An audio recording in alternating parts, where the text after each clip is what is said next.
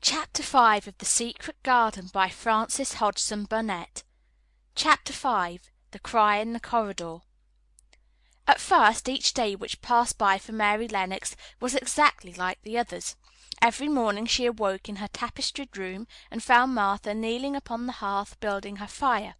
Every morning she ate her breakfast in the nursery, which had nothing amusing in it, and after each breakfast she gazed out of the window across the huge moor, which seemed to spread out on all sides and climb up to the sky. And after she had stared for a while, she realized that if she did not go out, she would have to stay in and do nothing, and so she went out. She did not know that this was the best thing she could have done, and she did not know that, when she began to walk quickly, or even run along the paths and down the avenue, she was stirring her slow blood and making herself stronger by fighting with the wind which swept down from the moor. She ran only to make herself warm, and she hated the wind which rushed at her face and roared and held her back as if it were some giant she could not see. But the big breaths of rough fresh air blown over the heather filled her lungs with something which was good for her whole thin body, and whipped some red color into her cheeks, and brightened her dull eyes when she did not know anything about it. But after a few days, spent almost entirely out of doors, she wakened one morning, knowing what it was to be hungry, and when she sat down to her breakfast, she did not glance disdainfully at her porridge and push it away, but she took up her spoon and began to eat it, and went on eating it until her bowl was empty. "There's got on well enough with that this morning, didn't there?" said Martha. "Tastes nice to-day," said Mary, feeling a little surprised for herself. "It's the air the moor that's giving thee stomach for the victuals," answered Martha. "It's lucky for thee that's got victuals as well as appetite. There's been 12 in our college has had the stomach and nothing to put in it. You go on playing you outdoors every day, and you'll get some flesh on your bones, and you won't be so yeller." "I don't play," said Mary. "I have nothing to play with." "Nothing to play with!" exclaimed Martha. "Our children plays with sticks and stones. They just runs about and shouts and looks at things." Mary did not shout, but she looked at things. There was nothing else to do. She walked round and round the gardens and wandered about the paths in the park. Sometimes she looked for Ben Weatherstaff, but though several times she saw him at work, he was too busy to look at her, or was too surly. Once, when she was walking toward him, he picked up his spade and turned away as if he did it on purpose. One place she went to oftener than any other. It was the long walk outside the gardens with the walls round them. There were bare flower beds on either side of it, and against the walls ivy grew thickly. There was one part of the wall where the creeping dark green leaves were more bushy than elsewhere. It seemed as if for a long time that part had been neglected. The rest of it had been clipped and made to look neat, but at this lower end of the walk it had not been trimmed at all. A few days after she had talked to Ben Weatherstaff. Mary stopped to notice this, and wondered why it was so. She had just paused and was looking up at a long spray of ivy swinging in the wind when she saw a gleam of scarlet and heard a brilliant chirp, and there, on the top of the wall, forward perched Ben Weatherstaff's robin redbreast, tilting forward to look at her with his small head on one side. "Oh!" she cried out. "Is it you? Is it you?" And it did not seem at all queer to her that she spoke to him as if she were sure that he would understand and answer her. He did not answer. He twittered and chirped and hopped along the wall as if he were telling her all sorts of things. It seemed to Mistress Mary as if she understood him too, though he was not speaking in words. It was as if he had said, "Good morning. Isn't the wind nice? Isn't the sun nice? Isn't everything nice? Let us both chirp and hop and twitter. Come on, come on." Mary began to laugh, and as he hopped and took little flights along the wall, she ran after him. Poor little thin, sallow, ugly Mary! She actually looked almost pretty for a moment. "I like you! I like you!" she cried out, pattering down the walk, and she chirped and tried to whistle, which last she did not know how to do in the least. But the robin seemed to be quite satisfied, and chirped and whistled back at her. At last he spread his wings and made a darting flight to the top of a tree, where he perched and sang loudly. That reminded Mary of the first time she had seen him. He had been swinging on a tree top then, and she had been standing in the orchard.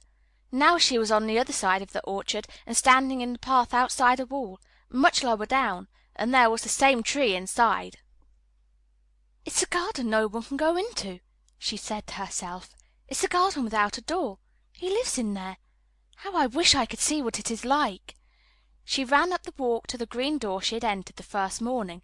Then she ran down the path through the other door, and then into the orchard, and when she stood and looked up, there was the tree on the other side of the wall, and there was the robin just finishing his song and beginning to preen his feathers with his beak.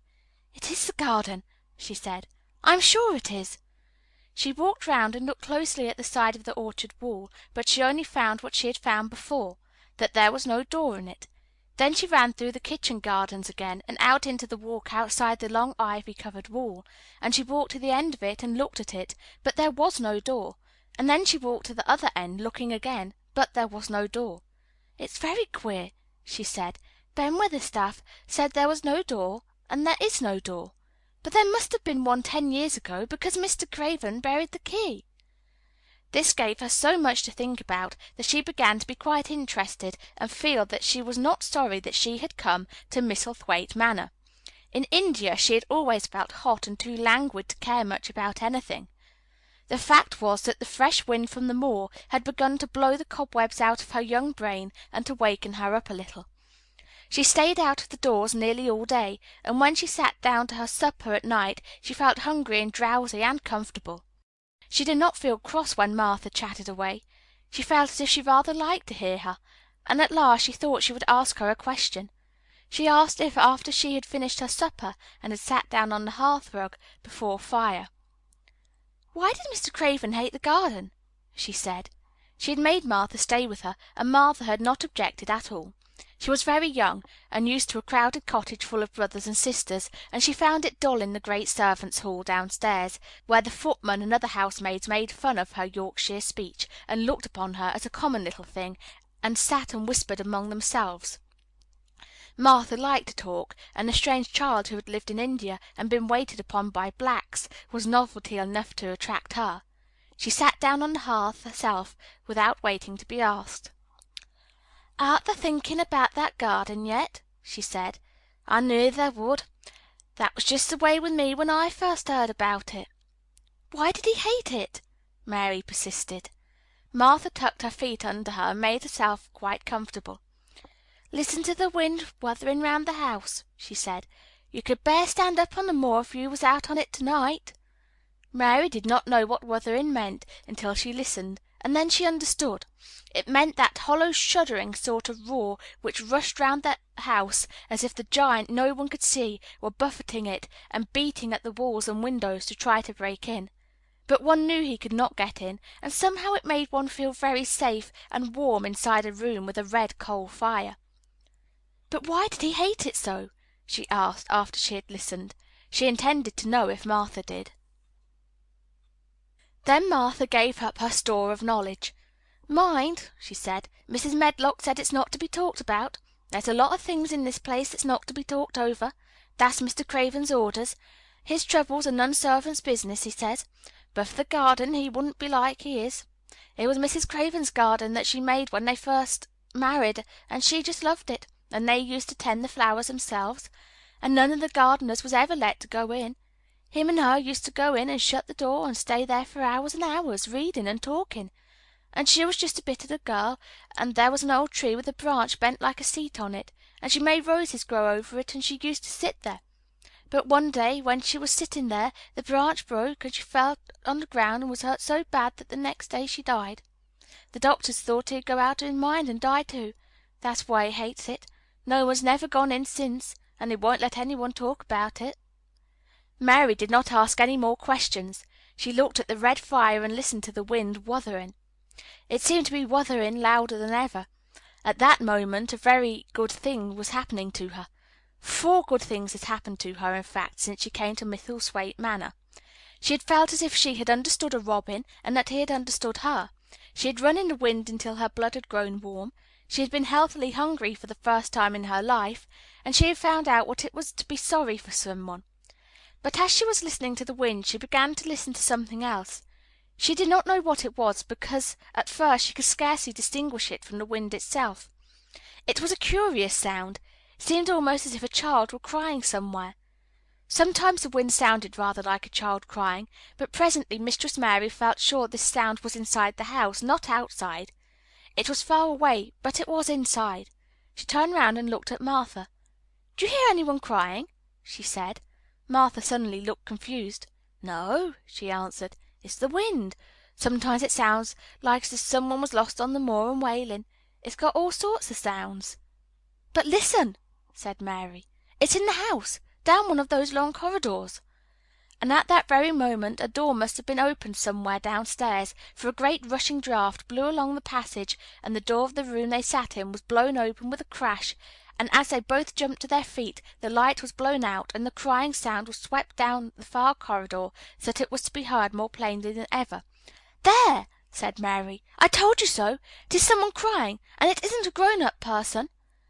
Martha ran and shut the door and turned the key, but before she did it they both heard the sound of a door in some far passage shutting with a bang, and then everything was quiet, for even the wind ceased wuthering for a few moments. "It was the wind," said Martha stubbornly, "and if it wasn't, it was little Betty Butterworth, the scullery maid. She had the toothache all day."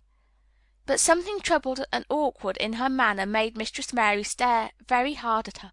She did not believe she was speaking the truth. Chapter 6. The Crying in the Corridor.